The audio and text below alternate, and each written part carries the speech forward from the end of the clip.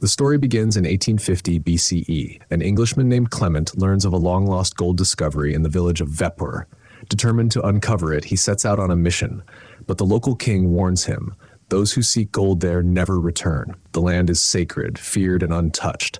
No one dares accompany him. We're then taken into the heart of Vepur, where the villagers toil as laborers, not on their own land, but on fields that now belong to a powerful landlord. Only one man, Thanggalan, owns his field. He works it alone and reminds the villagers again and again that these lands were once theirs. Thanggalan is haunted. His mind drifts to unsettling visions of his ancestors. Each time he relives these memories, he erupts into violence, lashing out at his wife. But when the visions pass, he returns to himself, calm and quiet. In his family, there's his wife Gengama and their 5 children, 4 daughters and 1 son, Asokan. Thanggalan works the fields with his family, especially during harvest season. Most days they stay out there from dawn to dusk, and when night falls, they sleep right in the fields. But his kids can never fall asleep easily. So every night they ask him to tell them a story, and every night Thanggalan tells the same one. It's the only story he knows, the story of Arathi, a story passed down by his father and his father before him. It begins with a mountain far away,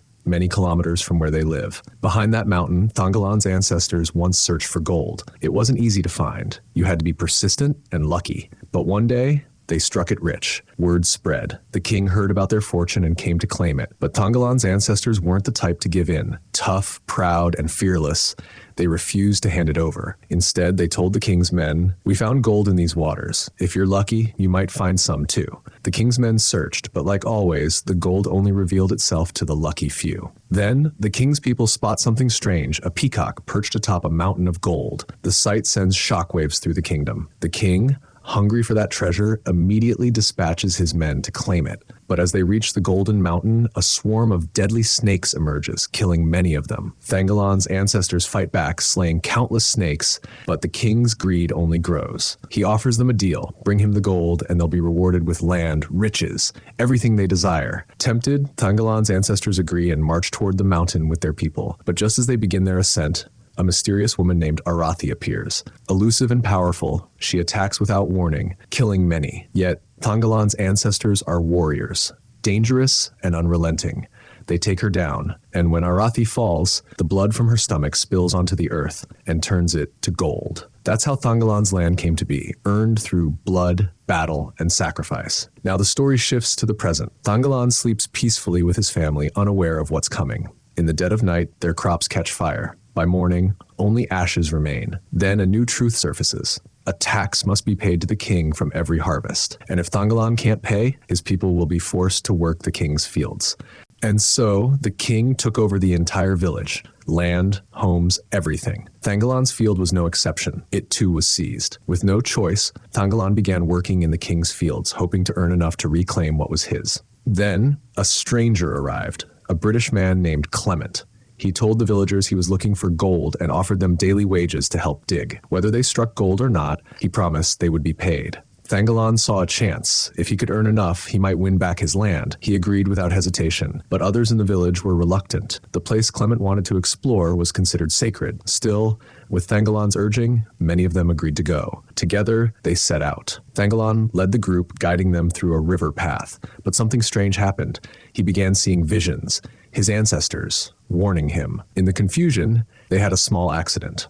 Supplies were lost, swept away by the water. The others blamed Thanggalan. He had chosen this risky route. Trying to make things right, Thanggalan told Clement they should dig behind a massive hill. He was certain that's where the gold would be. Clement was warned. His ancestors had only ever searched for gold in one spot, but he didn't listen. Instead, he started digging in a different place, determined to find gold on his own terms. Days passed. The search went on, but the land gave up nothing. Still, when evening came, Clement paid the village workers fairly. They were grateful, even though there was no gold. Eventually, Clement took Thanggalan's advice. They turned their sights to the massive hill looming in the distance. As the group moved toward it, they were suddenly ambushed by a black panther. Fast, vicious, and deadly.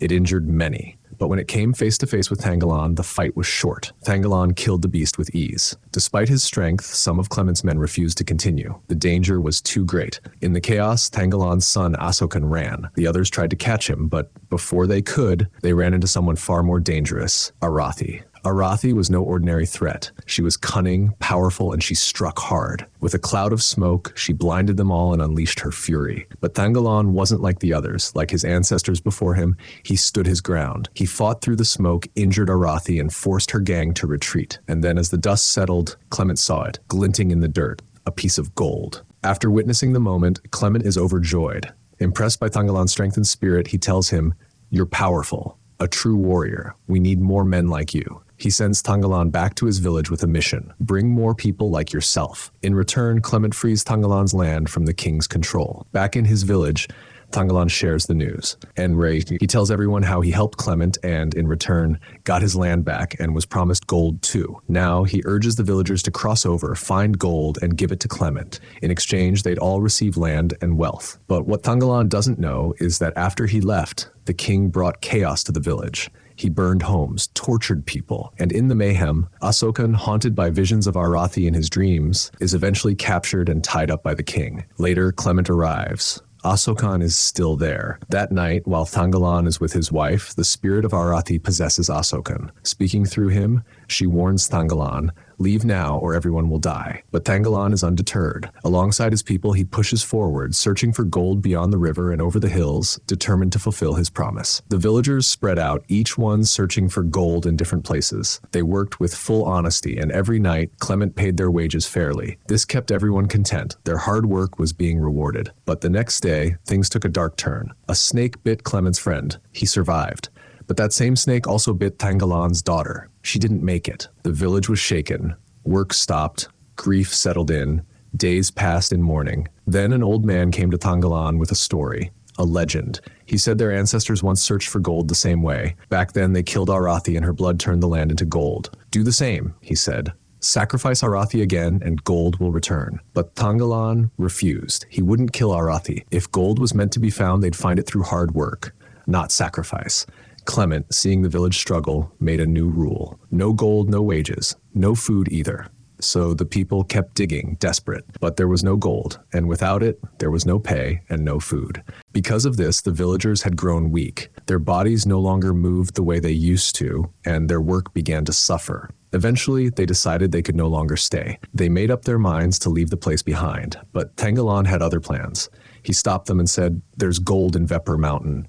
If we dig there, we'll find plenty of it." His words sparked hope. That night, the villagers lit fires around the base of the mountain. As the flames flickered, a deep hole began to open in the rock, and soon they saw it, gold, glittering inside. They rushed in, overjoyed by the sight, but the joy didn't last. Greed took hold. People started grabbing as much gold as they could, trying to flee with it. Clement snapped. He turned violent, killing anyone who got in his way. Chaos erupted, villagers turning on each other. Then Arathi and her gang arrived, drawn by the noise and the promise of gold. They joined the fight. In the middle of it all, Arathi approached Thangalan. She looked him in the eyes and said, "What are you doing? It's time to accept the truth, Aran." Then she showed him a vision, a flashback from their ancestors. Centuries ago, there was a married couple, Aran and Arathi, ancestors of Thangalan and Arathi. They were guardians, not of land or people, but of gold, sacred gold. Anyone who tried to steal it met a swift, deadly end at their hands. But one day, things changed. Aran was captured by those seeking the gold. They twisted his fate, making it seem as if he was one of the seekers. But the truth? Thangalan's bloodline had never chased the gold. They had always protected it. In the present day, Thangalan finally understood his legacy. He wasn't a thief. He was a protector, just like Aran. Tensions rose. Clement and Arathi were at odds. Before Thangalan could stop him, Clement acted. He killed Arathi. Thangalan followed soon after, stabbing Clement with a dagger. In her final moments, Arathi gave Thangalan permission to take a small portion of the gold, not for himself, but to save his people. In return, he vowed to protect the rest forever. The villages stood with him. From that day forward, no one could touch the gold. Not even the British, who tried again and again. Thangalan and the villagers stopped them every time. And that is it for this 2024 film called Thangalan. Please like, subscribe, and comment down below. I shall see you again in the next recap. Until then, this is your host for Movie Movie Recap, signing off.